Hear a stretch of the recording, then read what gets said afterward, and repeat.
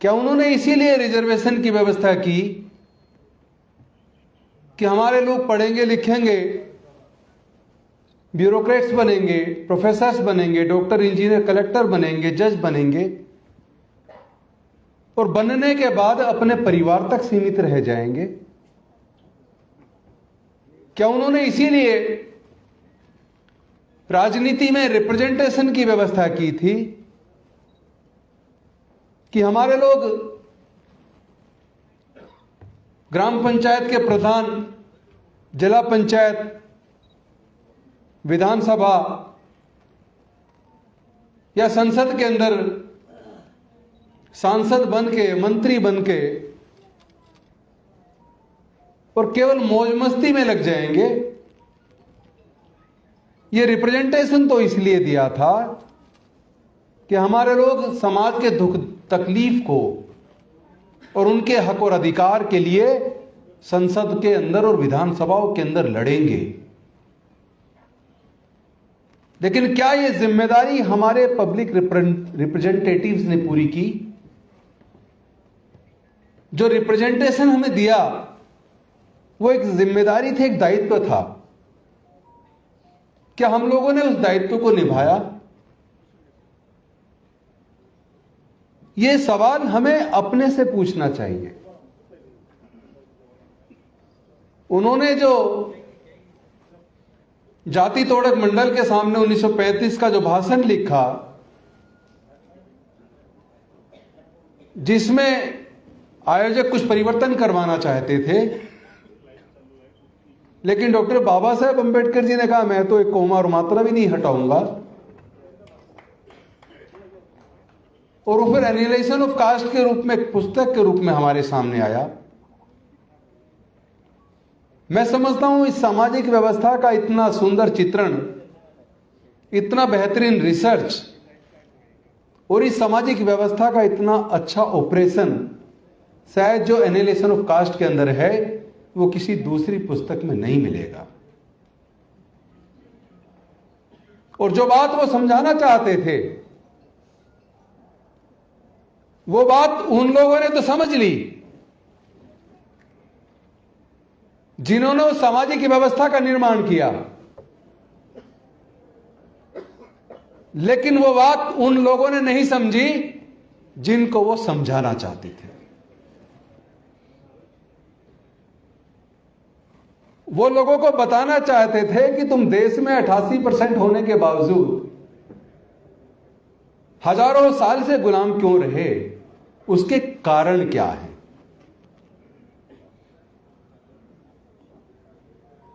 उस कारण को समझाने का उन्होंने प्रयास किया और उस बीमारी का इलाज करने का प्रयास किया।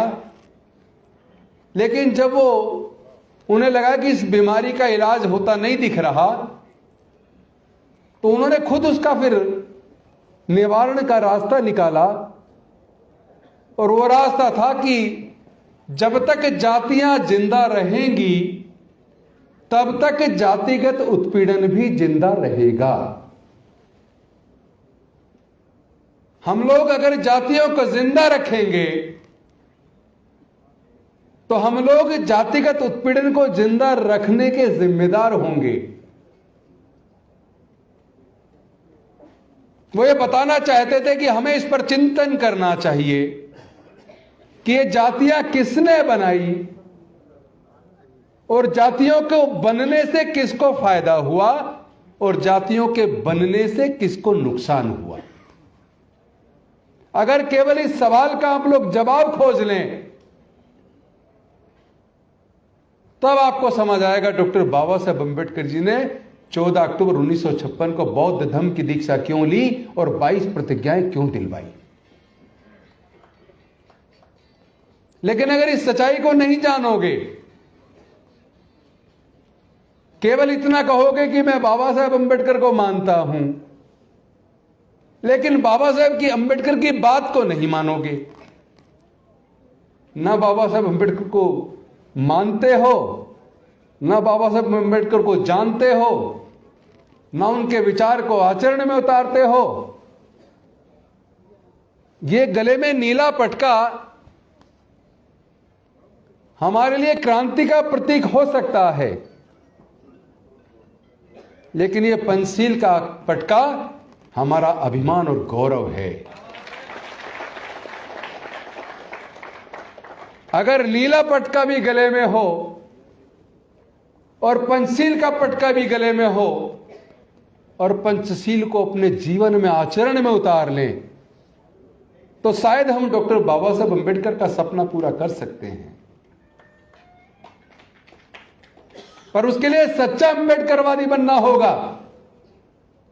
नकली अंबेडकरवादी बनने से काम नहीं चलेगा। इस लड़ाई को लड़ना होगा। मैंने एक विधायक रहते हुए और एक मंत्री के तौर पर, रतनलाल जी इस बात के गवाह, और आप लोगों ने भी अगर दिल्ली की विधानसभा की डिबेट को सुना हो, तो मैंने सामाजिक मुद्दों को हमेशा बेहद मजबूती के साथ बिना किसी डर के उठाया है। अब कोई कहता 50 लाख का इनाम गर्दन काटने पर, उन्हें पता नहीं है। जरा उनसे कोई पूछे भाई किस किस की गर्दन काटोगे? सच्चा अंबेडकरवादी कभी डर नहीं सकता।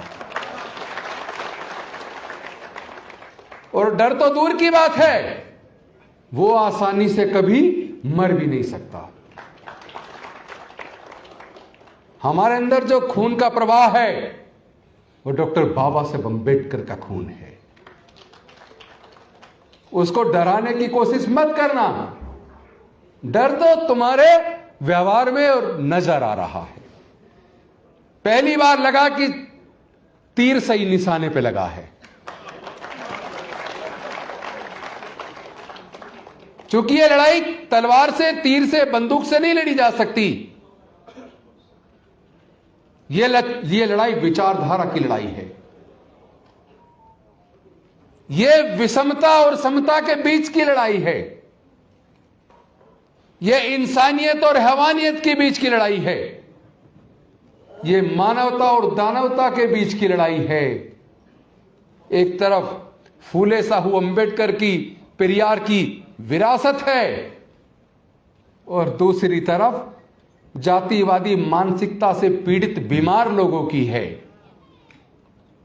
तो लड़ाई तो बुद्धि और विवेक की है, तो बुद्धि और विवेक से जीती जाएगी। अनफॉर्चुनेटली हमारे लोग बहुत ही ज्यादा भावुक और भोले हैं। भावुकता से लड़ाई लड़ते हैं और हार जाते हैं। जब डॉक्टर बाबा साहब अंबेडकर आपको बुद्धि और विवेक की बात करके गए, तथागत बुद्ध ने कहा अत्तदीप भव, अपना दीपक स्वयं बनो। किसी बात को इसलिए मत मानो बड़े किसी धर्मशास्त्र में लिखी है, किसी बहुत बड़े व्यक्ति ने कही है। किसी बात को मानने से पहले पढ़ो, समझो, जानो, परीक्षण करो, बुद्धि और विवेक की कसौटी पर कस कर देखो। उसके बाद आपको लगे ये बात सही है, तब उस बात को मानो। तो फिर भावुकता से क्यों लड़ रहे हो भाई? बुद्धि से लड़ो ना। मैंने जो कल राष्ट्रपति जी को चिट्ठी लिखी, होम मिनिस्टर को लिखी, बाकी सारी अथॉरिटीज को लिखी, सुप्रीम कोर्ट को लिखी, हाई कोर्ट को लिखी, मैंने उसमें यह बात लिखी जो आपने उठाई अपने भाषण में, कि ये धमकी देने वाले लोगों की इस बात की जांच कीजिए, ये पैसा इनके पास से आता कहां से है, इसके सोर्स क्या है। और दूसरी बात मैंने उसमें लिखी, इनके कौन से आतंकवादी संगठनों से तार जुड़े हैं, इसकी भी जांच होनी चाहिए। बहुत सारे बेकसूर लोग जेल के अंदर सड़ रहे हैं, जिन्होंने इतनी खतरनाक बातें नहीं की, छोटी मोटी बात पे भी उनको जेल में डाला हुआ है कई कई साल से। और ये खुलेआम आतंक पैदा कर रहे हैं। ये कैसे सोच लेते हैं कि डॉक्टर बाबा साहब अंबेडकर के मानने वाले लोग आतंकित हो जाएंगे, डर जाएंगे? अरे हम डरने वाले लोग नहीं है, ये तुम्हारा डर है जो ये बोल रहा है। हम लड़ेंगे, हम जीतेंगे। इस लड़ाई में अगर कोई बाधा है तो इस लड़ाई की बाधा वो लोग नहीं है जिन्होंने जातिवादी वर्णवादी व्यवस्था को बनाया। इस लड़ाई में अगर कोई बाधा है तो हमारे अपने समाज के लोग हैं। मैं स्पष्ट कह देना चाहता हूं, जाति उन्होंने बनाई, जाति से उन्हें फायदा हुआ, वो जाति को जिंदा रखना चाहते हैं। हमें हजारों जातियों में बांट दिया और हम भी जाति को जिंदा रखे हुए हैं। जातियों को बनाए रखोगे तो फिर जीतोगे कैसे? अरे आपको अगर मेरे शब्दों में जरा सा भी झूठ नजर आए तो राजेंद्र गौतम की गर्दन काट देना। जितने दलित बहुजन है, जरा सबके ब्लड के नमूने लेकर अच्छी से अच्छी लैब में जांच करा लो तो डीएनए से पता लगेगा हमारा खून एक है। अगर हमारा खून एक है तो फिर आपस में रोटी बेटी का रिश्ता करने में दिक्कत क्यों है? हम लोग टुकड़ों में क्यों बटे हुए हैं? अपनी लड़ाई को टुकड़ों में क्यों लड़ रहे हैं? अगर एकजुट हो गए तो लड़ने की जरूरत ही नहीं पड़ेगी। यह उनका डर है, उन्हें लग रहा है कि वो अल्पमत में आ जाएंगे अगर सारे बहुजन बौद्ध हो गए। तो मैं उनको कह देना चाहता हूं, या तो तुम जाति उन्मूलन के लिए हमारे साथ आकर जातियों को खत्म कर दो, वरना पूरा का पूरा भारत बौद्ध में बनेगा। तुम रोक नहीं पाओगे। तुम एक को मार लोगे, दो को मार लोगे, 10 को मार लोगे। तुम मारते मारते तुम्हारी पीढ़ियां खत्म हो जाएंगी और भारत बुद्ध की ओर चल पड़ा है। हम लोग कोई कमजोर लोग नहीं हैं। हमारे महापुरुषों ने पूरे जीवन मेहनत से खाया है और तुम लोगों में से ज्यादातर ने हमारी मेहनत का चुरा के छीन के खाया है। तो ये डराने की कार्रवाई, ये डराने की भाषा बोलना बंद करो। ये भाषा बताती है कि तुम डर गए हो, क्योंकि तुम्हें अब लग गया है कि अब भारत और बहुजन बुद्ध की ओर चल पड़ा है। तो बुद्ध तो बनेंगे, बौद्ध तो हम बनेंगे। हर वो व्यक्ति जो अपने जीवन के फैसले बुद्धि और विवेक से ले, जो अपना अच्छा बुरा सोच समझ के अपने जीवन के फैसले ले, मेरा मानना है वो हर व्यक्ति बौद्ध है। जिसके मन में करुणा है, समता, स्वतंत्रता, बंधुता और न्याय, प्रज्ञाशील, करुणा, मैत्री है, वो व्यक्ति बहुत ताकतवर होता है। गाली गलौज करने वाला आदमी, धमकी देने वाला आदमी बेहद कमजोर, डरपोक और कायर होता है। हमारे लोग डरपोक और कायर नहीं है। जो लोग 16-16 घंटे काम करके, मेहनत मशक्कत करके, हजारों साल की गुलामी के जंजीरों को तोड़कर यहां तक पहुंचे हैं, वो लोग डरेंगे नहीं। उनको समझ आ गया है डॉक्टर बाबा साहब अंबेडकर क्यों भारत को बौद्ध में बनाना चाहते थे। उनको समझ आ गया है कि जिस प्रकार एक व्यक्ति अगर बीमार हो जाए और पता चले कि उसने गंदा पानी पिया जिसकी वजह से उसको पेट में इंफेक्शन हो गया, तो वो गंदा पानी पीना छोड़ देगा, दवाई लेगा और ठीक हो जाएगा। लेकिन अगर कोई व्यक्ति ये जान ले कि जिस पानी को, गंदे पानी को पीने से बीमार हुआ है, वो दवाई भी ले और गंदा पानी पीना ना छोड़े, तो क्या वो ठीक हो जाएगा? नहीं होगा ना। तो समझ लो हमारी बीमारी का कारण ये जातियां हैं। हम उत्पीड़न से छुटकारा भी चाहते हैं और जाति भी नहीं छोड़ना चाहते, तो कभी छुटकारा मिलने वाला नहीं है। जिस प्रकार अनेकों नदियां अलग अलग नाम से जानी जाती हैं, लेकिन समुद्र में गिरने के बाद अपनी पहचान खो देती हैं और सागर कहलाती हैं, समुद्र कहलाती हैं, उसी प्रकार हमें जो जातियां कुदरत में नहीं बनाई, क्योंकि पूरे दुनिया के अंदर किसी देश में जाति नहीं है, जाति केवल भारत में है। यह वर्ण व्यवस्था केवल भारत में है। कोई आदमी गंभीर रूप से बीमार हो जाए और डॉक्टर कहे कि भी तुम्हारा बड़ा ऑपरेशन होना है, 10 यूनिट ब्लड चाहिए, आपकी जान तब बचेगी बड़े ऑपरेशन से, लेकिन 10 यूनिट ब्लड का इंतजाम करो। मुझे पूरे दुनिया में केवल एक एग्जाम्पल दिखा दो जिसका ऑपरेशन होना है, जो पीड़ित है वो ये कहे मुझे केवल ब्राह्मण का या क्षत्रिय का ब्लड चाहिए। तो जब जान बचानी है तब तो ब्लड चाहिए, तब ब्राह्मण का, क्षत्रिय का, हिंदू मुस्लिम का, सिख का ब्लड नहीं चाहिए, इंसान का ब्लड चाहिए ना, क्योंकि जानवर का ब्लड इंसान को चढ़ नहीं सकता। इसका मतलब कुदरत ने तो सबको इंसान बनाया और चालाक इंसानों ने हमें हजारों जातियों में बांट दिया। वो चालाक लोग आज भी अपनी चालाकी कर रहे हैं। हम लोग बेवकूफ हैं जो उनकी चालाकी में फंसे हुए हैं। हम लोग हैं जो आपस में रोटी बेटी का रिश्ता करने के बजाय इन जातियों को जिंदा रखे हुए हैं। और हम में से वो लोग और भी ज्यादा बेवकूफ हैं जो अपने गांव के सामने बोर्ड लगाएं, अपनी गाड़ी पे लिखें द ग्रेट चमार, the great Mahar, the great Valmiki. अरे जाति ग्रेट कब से हो गई भाई? विचारधारा ग्रेट होती है, जातिवादी कुछ नहीं है। इसलिए जातियों को छोड़ दो, समाज को जोड़ दो। हमने नारा दिया मिशन जय भीम के माध्यम से, जाति छोड़ो समाज जोड़ो। बौद्ध धर्म की क्या पहचान? मानव मानव एक समान। और मेरे सामने विकल्प दो में से एक था। रतनलाल जी घर पे बैठे हुए थे, कई सारे भाई लोग बैठे चर्चा कर रहे थे।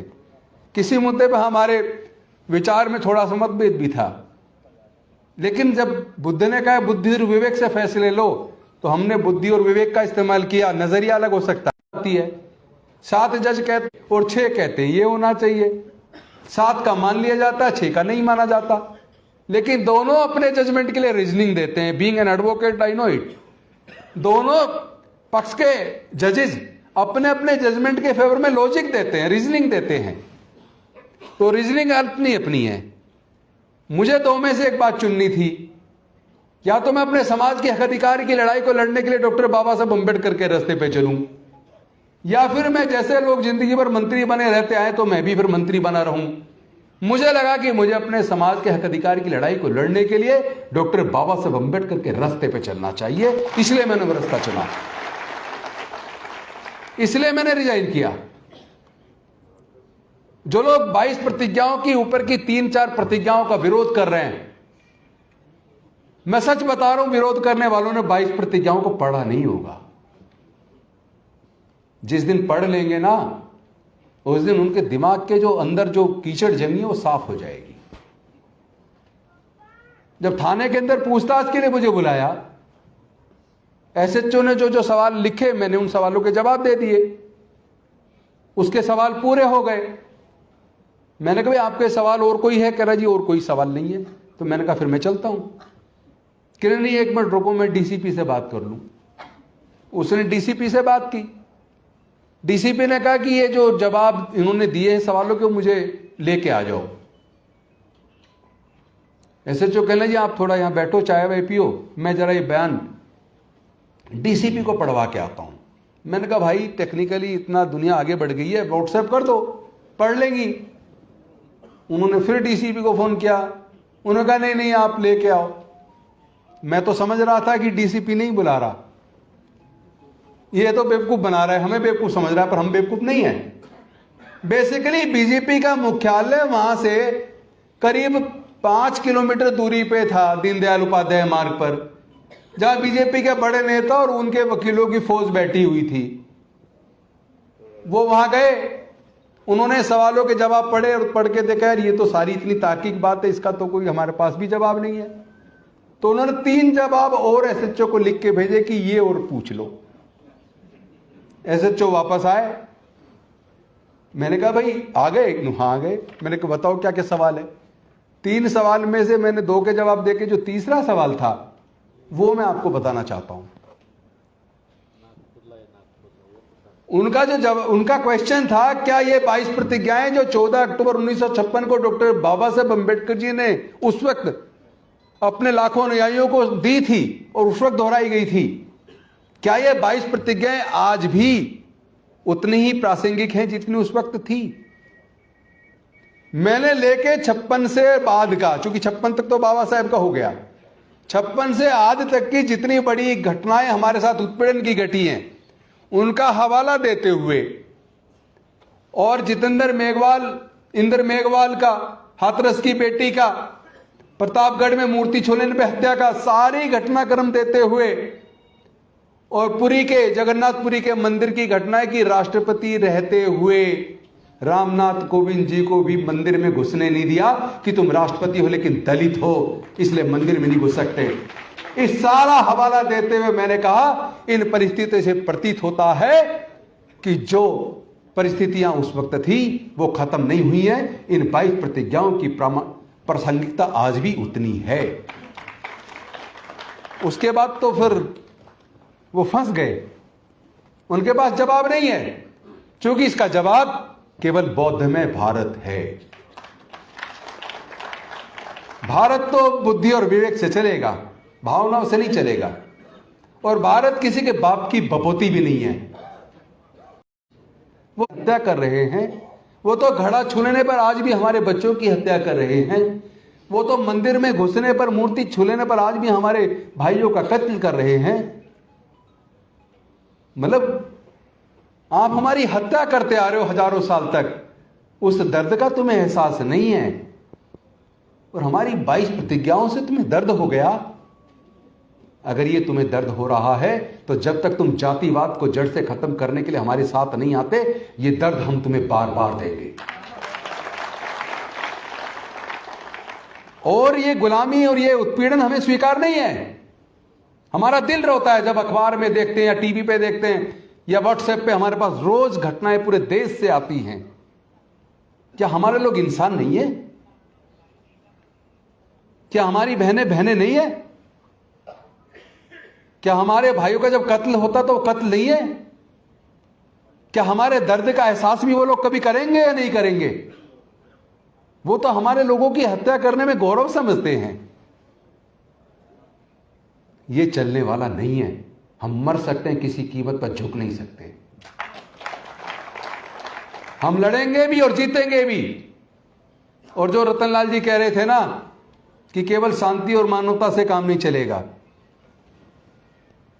यह काम लाठी डंडे और गोली से भी नहीं चलेगा। क्योंकि मेरा यह मानना है, मैं बाबा साहब को मानता हूं, तथागत बुद्ध को मानता हूं, फूले साहब अम्बेडकर की विरासत को आगे बढ़ाने का मेरा संकल्प है। यह लड़ाई हथियारों से नहीं लड़ी जा सकती, क्योंकि यह लड़ाई विचारधारा की है। इसे विचारधारा से लड़ना होगा, भावनाओं से नहीं लड़ना होगा। बस एक ही तरीका, बहुत आसान तरीका है। लठ जलाने की जरूरत ही नहीं है, खून बहाने की भी जरूरत नहीं है। केवल डॉक्टर बाबा साहब अम्बेडकर के संविधान पे चल जाओ। जातियों को छोड़ दो, समाज को जोड़ दो। जब ये समाज पूरा एकजुट होकर बौद्ध में भारत बनेगा तो पूरी दुनिया के बौद्ध देश हमारे साथ खड़े हो जाएंगे।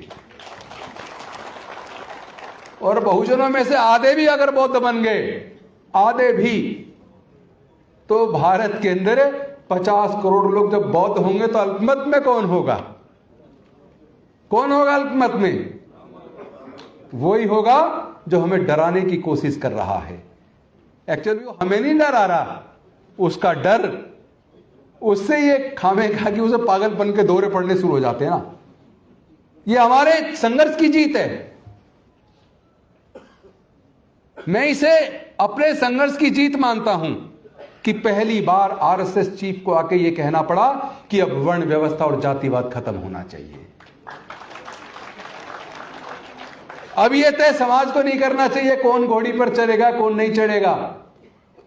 सबके जलाशय, मंदिर, कब्रिस्तान एक होने चाहिए। ये पहली बार आरएसएस ने बोला है। ये आपकी विचारधारा की और आपकी एकता की जीत है। ये डॉक्टर अंबेडकरवाद की जीत है। इसको भी और आगे बढ़ाना है, क्योंकि अभी तो केवल मन में नहीं है, जुबान पे आया है। अभी उन्हें मन में भी स्वीकार करना पड़ेगा। अगर भारत को वही गौरव लौटाना जो तथागत बुद्ध के समय पर, सम्राट अशोक के टाइम पर पूरा भारत बौद्ध में था, तो भारत को बुद्धि और विवेक से चलना होगा, भावनाओं से नहीं। मैं दलित पैंथर्स की 50वीं वर्षगांठ पर आपको बधाई तो दूंगा, शुभकामनाएं तो दूंगा, क्योंकि दलित पैंथर्स का एक गौरवशाली इतिहास है। लेकिन आज दलित पैंथर कहां है? इस सवाल का जवाब तुम्हें खुद खोजना होगा। सबसे ज्यादा बौद्ध विहार पूरे दुनिया में अगर कहीं है तो वो नागों की नगरी, हमारे बहुजनों की जो ऐतिहासिक राजधानी नागपुर है, नागपुर के अंदर है। लेकिन नागपुर के गली गली में संगठन है। मैं समता सैनिक दल का 32-33 साल सिपाही रहा हूं, नेशनल चीफ जनरल सेक्रेटरी तक रहा हूं। सालों तक कोर्ट में केस भुगते हमने। लेकिन मैं एक बात कहना चाहता हूं, हम ही लोगों ने हजारों संगठन बना दिए, समता सैनिक दल के कई टुकड़े बना दिए, आरपीआई के कई टुकड़े बना दिए, भारतीय बौद्ध महासभा के कई टुकड़े बना दिए। जब हमारा विचारधारा एक है, लक्ष्य एक है, तो फिर हम टुकड़े में क्यों बटे हैं? और जाति बीमारी का कारण है, तो हम जातियों में क्यों बटे हैं? बस इस सवाल का जवाब खोज लीजिए, आपको आज़ादी मिल जाएगी। आप फिर से प्रबुद्ध भारत